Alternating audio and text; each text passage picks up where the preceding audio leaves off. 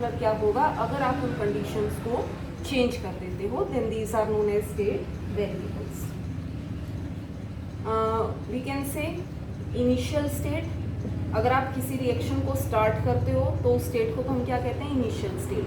जैसे वाटर है और अगर आपने वाटर को हीट कर दिया, ठीक है, तो क्या बने हैं, वाटर वेपर्स बने, that is known as final state. Okay. अब इसके बाद जो नेक्स्ट डेफिनेशन है वो है स्टेट फंक्शन क्या होता है. What is state function? If in a physical quantity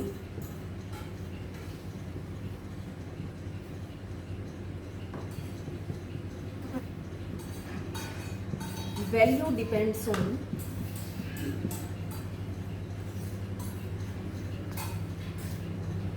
state of the system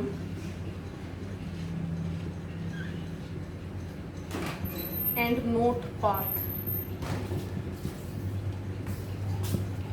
देखिए स्टेट फंक्शन हम किस तरह से डिफाइन करेंगे. अगर कोई भी फिजिकल क्वांटिटी है, टेम्परेचर हो, प्रेशर हो, वॉल्यूम हो, कुछ भी हो, अगर उसकी वैल्यू सिर्फ state of the system, state of the system हमने यहाँ पर पढ़ा, कोई भी कंडीशंस अगर आप अप्लाई करते हो, अगर सिर्फ स्टेट ऑफ सिस्टम पर डिपेंड करता है, नॉट ऑन द पाथ. जैसे इसका एक बढ़िया सा एग्जांपल है, सपोज कोई पर्सन है, ओके, वो पर्सन क्या है, फर्स्ट फ्लोर पर चला जाता है, ग्राउंड फ्लोर से कहाँ पर जा रहा है, वो फर्स्ट फ्लोर पर.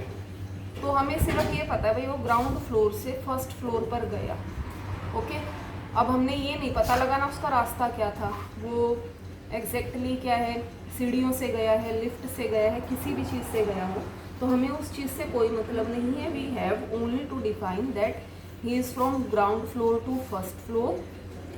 Weather he can take any path, कोई भी रास्ता अगर वो चुन सकता है, but we have to say that this is the initial state and this is the final state. So अगर कोई फिजिकल क्वांटिटी डिपेंड करती है सिर्फ स्टेट पर, not on the path, then it is known as state function. और कुछ example है जैसे स्टेट फंक्शन के, जैसे मैंने अभी डिस्कस किया, pressure, volume, temperature, internal energy. देखिए इंटरनल एनर्जी क्या होती है, अगर सिस्टम के अंदर कोई एनर्जी प्रेजेंट है तो उस एनर्जी को हम क्या कहेंगे, इंटरनल एनर्जी. एंट्रोपी, एंट्रोपी क्या है, अगर आप वाटर को हीट करते हो, ठीक है, पानी को हीट करते हो, तो किस में चेंज होता है, वो वाटर वेपर्स में. तो जो फ्री मूवमेंट है that is entropy. Free energy अगर प्रेजेंट है that is also a state function. तो ये कुछ एग्जांपल है किस चीज़ के, स्टेट फंक्शन के. नेक्स्ट जो हम स्टडी करेंगे स्टेट फंक्शन या स्टेट वेरिएबल्स के अलावा,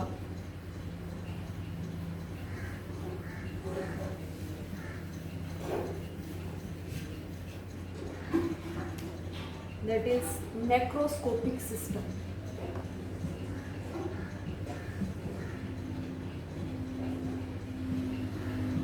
व्हाट इज मैक्रोस्कोपिक सिस्टम? अगर एक सिस्टम के अंदर, if in A system there are large number of atoms, ions या molecules. अगर किसी सिस्टम में बहुत ज़्यादा नंबर में क्या प्रेजेंट है, एटम्स हो, आयंस हो या मॉलिक्यूल्स हो, तो उस सिस्टम को हम क्या कहेंगे, that is known as macroscopic system. और जो थर्मोडायनेमिक्स है ना, ये ग्रुप है पूरा, इंडिविजुअल एटम के बारे में, इंडिविजुअल आयन या मॉलिक्यूल के बारे में ये हमें नहीं बताता, बल्कि ये किसके बारे में बताता है, अगर ये किसके अंदर हो, बल्क, गहराई में अगर बहुत ज़्यादा एटम, आयन या मॉलिक्यूल हैं, then it only tells thermodynamics. और इसके अलावा जो भी हमने कंडीशंस पढ़ी है, टेम्परेचर, प्रेशर, वॉल्यूम, ये सारे माइक्रोस्कोपिक सिस्टम के अंदर आते हैं. इस सिस्टम को हम आगे दो पार्ट्स में क्लासीफाई करते हैं, extensive properties and intensive properties.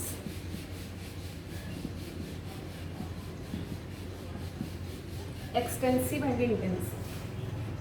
जो एक्सटेंसिव प्रॉपर्टीज हैं they depend upon quantity of matter, यानी मैटर की मात्रा कितनी है, एग्जैक्टली क्वांटिटी कितनी है, जो उस पर डिपेंड करे, these properties are known as extensive. अब क्या क्या डिपेंड करता है, देखिए क्या क्या आएगा इसके अंदर, मास, वॉल्यूम, हीट कैपेसिटी। ओके, तो ये सभी चीज़ें किस पर डिपेंड करती हैं, क्वांटिटी ऑफ मैटर। अब कुछ ऐसा है, कुछ ऐसी प्रॉपर्टी है जो क्वांटिटी ऑफ मैटर पर डिपेंड नहीं करती, they depend upon nature of substance, यानी जो भी सब्सटेंस है उसके नेचर पर सिर्फ डिपेंड करेंगी। These properties they are known as intensive properties. जैसे टेम्परेचर है इसके अंदर, प्रेशर है, विस्कोसिटी। विस्कोसिटी होता है कोई चीज़ कितनी, हम कह सकते हैं विस्कस है, थिक है। जैसे शहद ज़्यादा विस्कस होता है in comparison to water. Density या freezing point, boiling point, these all are intensive properties. Next आता है इसके बाद थर्मोडायनेमिक प्रोसेस।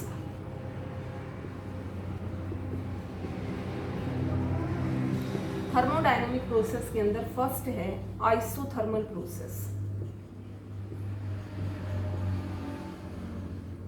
अब आइसोथर्मल प्रोसेस के अंदर अगर कोई प्रोसेस कैरी आउट होता है, अगर आप कोई वर्क कैरी आउट करते हो in such a way that